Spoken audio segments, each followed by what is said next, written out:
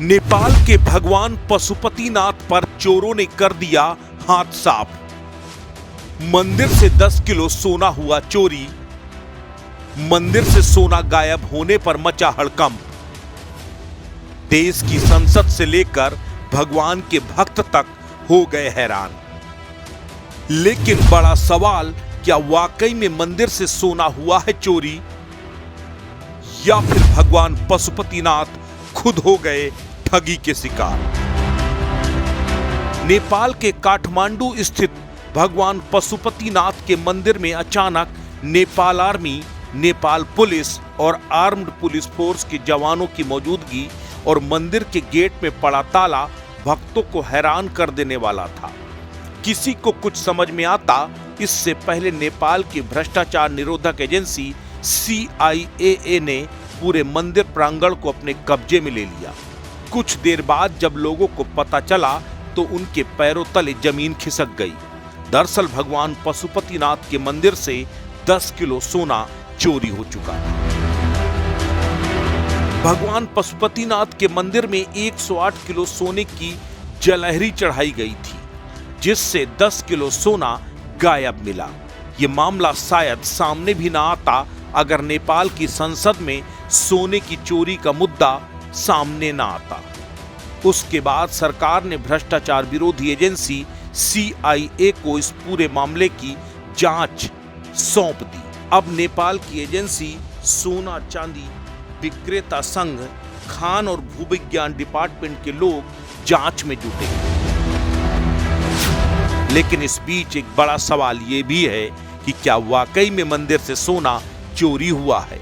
क्या वाकई में मंदिर से सोना गायब होने की खबर सच है, या फिर सोने के गायब होने की कहानी कुछ और है? हम आपको बताते हैं कि आखिर नेपाल के सोना गायब होने की असल हकीकत क्या है, इसके पीछे की पूरी कहानी क्या है। 25 जनवरी 2021 को नेपाल के PM KP शर्मा ओली ने पशुपतिनाथ मंदिर में मौजूद शिवलिंग पर सोने की जलहरी लगाने के लिए 30 करोड़ रुपए सैंक्शन किए थे। संस्कृति और पर्यटन मंत्रालय की ओर से यह पैसा मंदिर को दे दिया गया, जिसके बाद सोने की जलहरी लगाने का काम शुरू हो गया। लेकिन इससे पहले कि जलहरी शिवलिंग पर चढ़ाई जाती, नरोत्तम वैद्य और वकील निकिता ढुंगाना ने इतना सोना मंदिर में चढ़ाए जाने के खिलाफ नेपाल की सुप्रीम कोर्ट में अपील कर दी। लेकिन फैसला आने से पहले ही नेपाल की पूर्व राष्ट्रपति विद्या देवी भंडारी ने आनन फानन में अधूरी बनी जलहरी को ही शिवलिंग पर अर्पण कर दिया। उसके तुरंत बाद सुप्रीम कोर्ट ने जलहरी की इंस्टॉलेशन पर रोक लगा दी। लेकिन क्योंकि सुप्रीम कोर्ट का आर्डर आने से पहले ही अधूरी जलहरी को भोलेनाथ को अर्पण कर दिया गया था, उस जलहरी में शिवलिंग के नीचे 10 किलो सोने का एक बेस लगाया जाना था, जो काम अधूरा रह गया।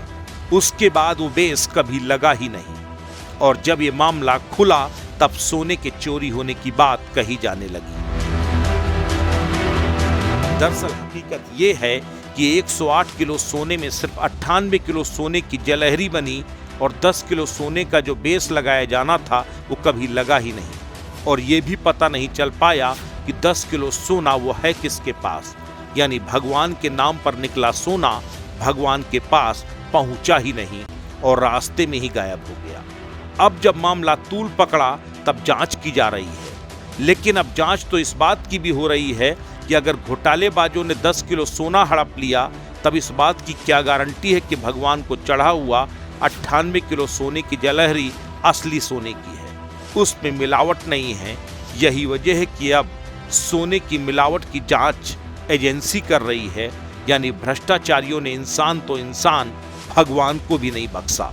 अब भगवान अपने साथ हुए धोखे की गुहार लगाएं तो लगाएं किससे। अस्तित्व न्यूज के लिए ब्यूरो रिपोर्ट।